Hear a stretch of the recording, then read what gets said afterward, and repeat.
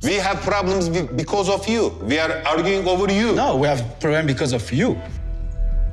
Based on what I hear right now, I don't think your relationship's gonna last. You are so brave, bro. Oh my God, you are so brave. ¿Por qué les dijiste mi nombre, Rey? Would you be honest for the first time?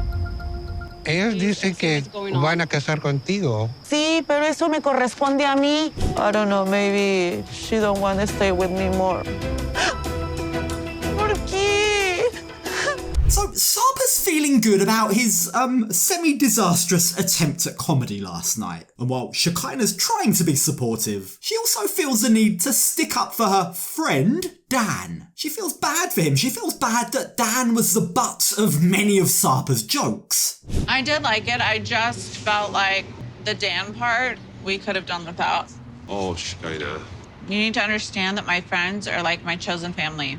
I really don't understand why Shekinah keeps on defending Dan. Like, from what we've seen, the guy's slimy, he's weird. He gets a kick out of annoying Sarper. Like, don't get this twisted. Dan isn't Shekinah's friend. His aim, pure and simple, is to sabotage her relationship with Sarper in order to try and get back with her. It's crazy that Shekinah can't see this. Like, it's crazy just how different Dan is from the rest of the friends in her group. All the others seem nice, they seem chill, they have an easygoing vibe. How exactly does Dan even fit into that group? It's such a mismatch. Now, I do have a theory about this, right? But I'll get into that in a little bit. For now, Shekinah just wants Sarper to smooth things over with Dan. Just get over it. Like, do you need to talk to Dan or something? Dan.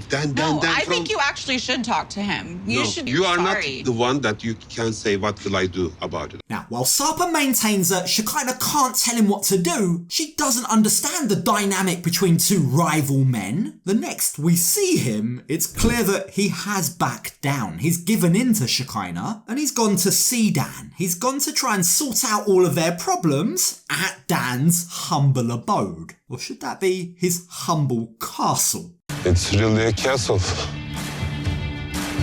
Cool house. Welcome to my castle.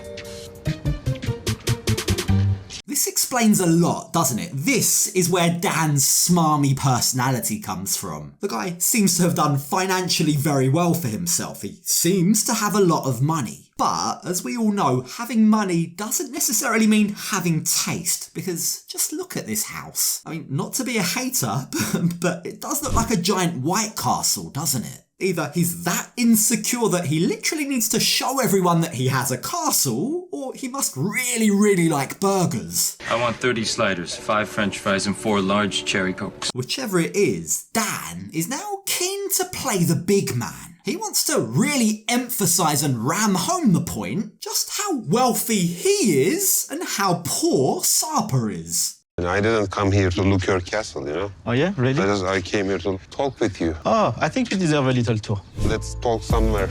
Not yet. We have the living room to watch. Now, despite Sarper's protests, Dan is determined to show off his wealth. And in fact, immediately he begins with the innuendos and the clues, the bragging that he and Shekinah have done more than just kiss. It's as if he's deliberately trying to get things off to a bad start. And although Sarper does very well not to react to that, when they get to Dan's living room, he tries again. Like, this is a massive power play. Dan's hoping that Sarper will fall for his trap so that he can beat him and in doing so belittle him. I mean, you've got to imagine a guy who has a pool table in his living room probably practices or gets to play pool more than someone who has beautician's chairs in their living room. You like to play pool?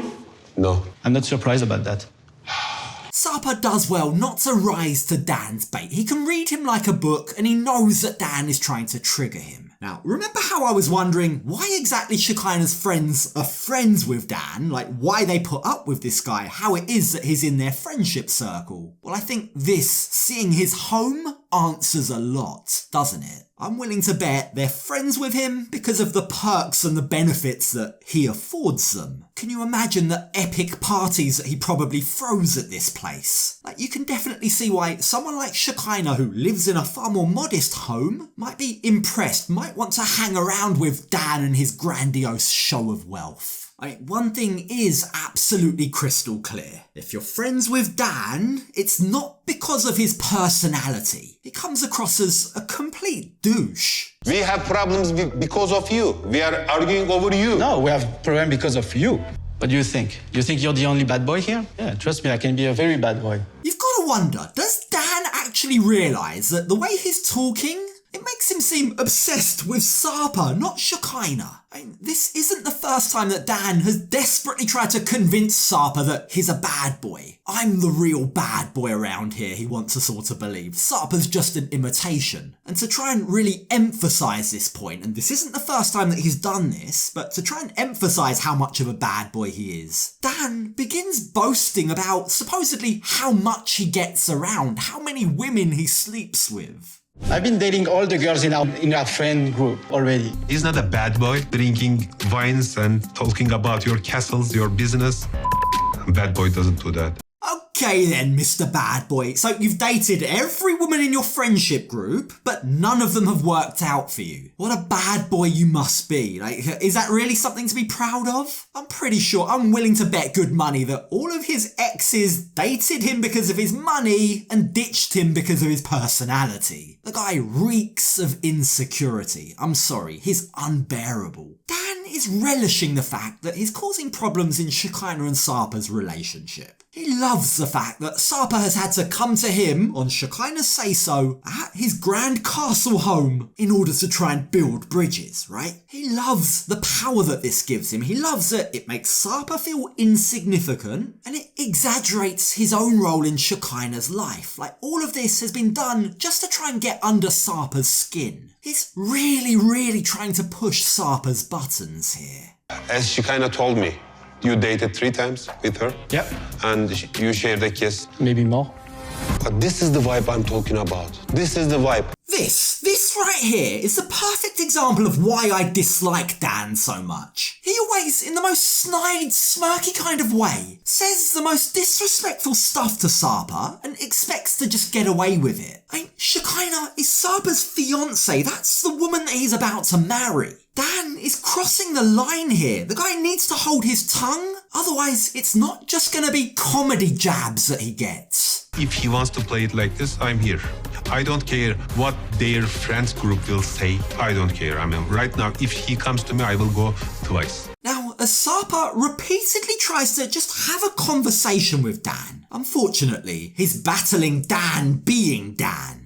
There's just no getting through to this guy. But, thankfully, modern Sarper is back. He refuses to fall into Dan's trap, and believe me, I really do think Dan is trying to get Sarper to lose his temper. He'd love nothing more than for Sarper to lose his temper so that he can act the victim again. But, as I say, modern Sarper isn't taking that bait. Sarper takes a deep breath. He looks Dan directly in the eye and he tells him, I believe my fiancée. I believe what Shekinah has told me. If she tells me nothing has happened between you two, zero, zilch, then I choose to believe her word, not yours. And to that, Dan doesn't react so well. Based on what I hear right now, I don't think your relationship's gonna last. I'm still You gonna are be here. so brave, bro. Oh my God, you are so brave. Oh, Dan, you're really pushing the limits here, aren't you? It takes some real gall to say that to someone. I don't think your relationship is gonna last. What a douche. I'm not one to advocate violence, at least not normally, but I don't think anyone could blame Sarper if he clocked Dan for that. But, again, modern Sarper holds his cool. He knows that that's what Dan wants. If Sarper were to lay so much as a finger on Dan, you just know he'd go running to the police. He'd try and get Sarper deported. So Sarper fires back with words and words alone. You are the last person in LA to be jealous about. I trust Shekinah so much. It's nothing. Be normal. For once in your smarmy life, just please be normal, Dan. Stop with this exaggerating. Stop trying to boast that you did something with Shekinah. And just try and be a normal person. Try and be a normal friend, if that's what you claim to be. Enough with this weird chest puffing. The truth is, Shekinah doesn't want you, right? You're not even in this race. You're not the bad boy that you try to think you are. Now, I think realising that he's not going to be able to get Sarper to snap, realising that this has all been captured on camera, right? Everyone is going to see what a douche he is. Dan finally backs down. He finally meets Sarper at his level. I offended you when we first met, he says to Sarper. You offended me at the comedy night, so I guess we're now even, he says. We can try and move on from here. So 1 and 1. Now we are even? Even. Okay. Okay. So let's keep it this way. Okay. But still gonna keep an eye on you, okay?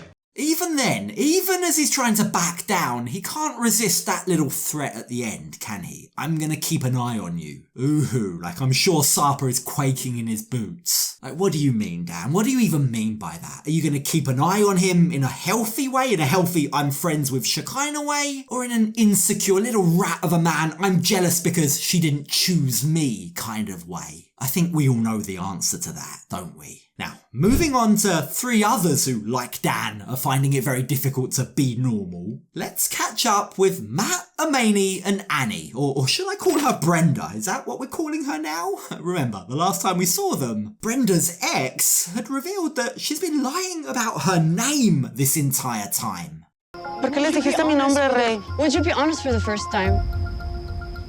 Ellos dicen que van a casar contigo. Sí, pero eso me corresponde a mí. Instead of an explanation, Any begins to attack her ex, Ray. She asks him, what the f*** are you even doing here? I mean, poor Ray, I feel bad for the guy. He seems like a nice enough guy who was just trying to be honest, and now he finds himself wrapped up slap bang in the middle of these weird games that these 3 are playing. But, for as weird as it all is, right, Annie's reaction is confusing. Her very clear anger towards Ray does scream guilty, doesn't it? Do you feel like you're in danger?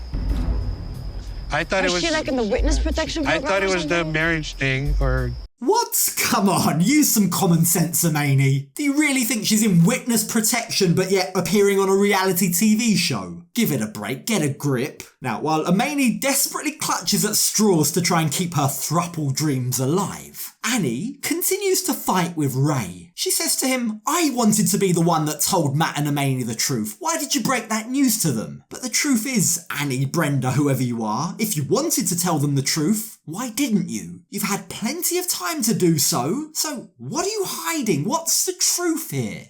My real name is Brenda Anai. For this, for Anai, I use Annie. Okay, so why wouldn't you tell us what's the big deal? Because I protect myself. Protection from what? Like, what's the big deal? Is Annie just lying to cover her ass? Has she been using a pseudonym because she never actually planned to marry Matt and Amani? I mean, I've got so many questions. Like, what is going on? Has this all just been one giant act in order to get Amani to send her money every month? Is that what this is? Because whatever's happening, right, it's all beginning to unravel, and Annie Brenda just clearly doesn't know how to act. Like, she desperately tries to defend her actions, defend her lying, by trying to shift the blame onto Amani. When returned the Ensenada, I think you are angry if I told you my real name because you are angry all the time. Annie's being really manipulative here. She's the one that lied, right? And now that she's been caught red-handed, she's turned on the waterworks, she's crying, and she's desperately trying to flip the blame onto others. She's trying to paint Amani as being such an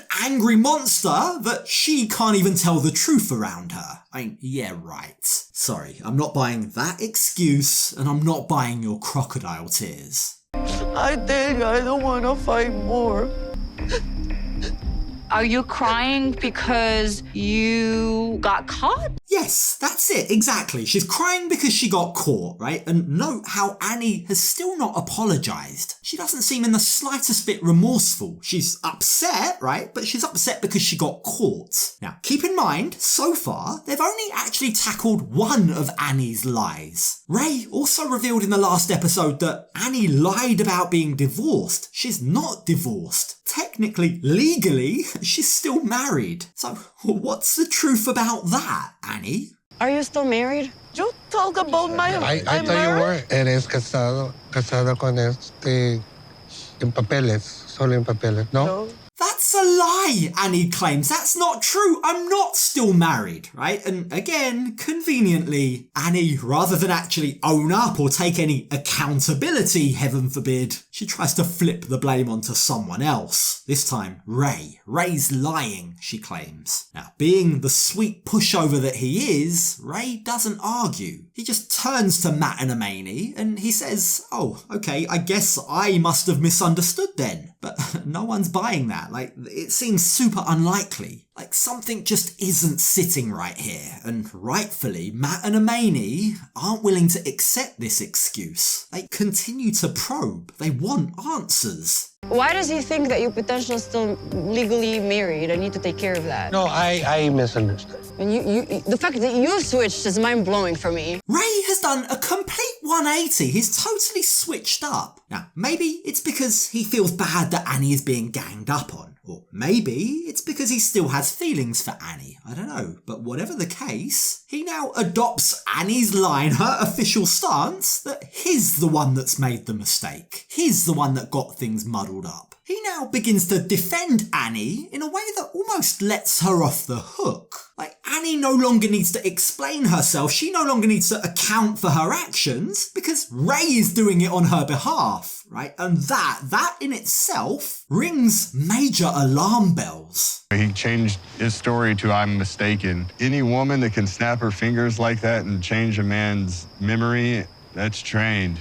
Now, with major suspicions now running through their minds, with some major question marks about who this lady even is and what her character is like, Matt and Amani decide that, for now at least, they need to shelve this conversation. But make no mistake, it's definitely not over. Amani still intends to get to the bottom of it. She's not convinced that they've got the answers they need. So she comes up with an interesting suggestion. A suggestion that actually makes you question the strength of their communication this entire time.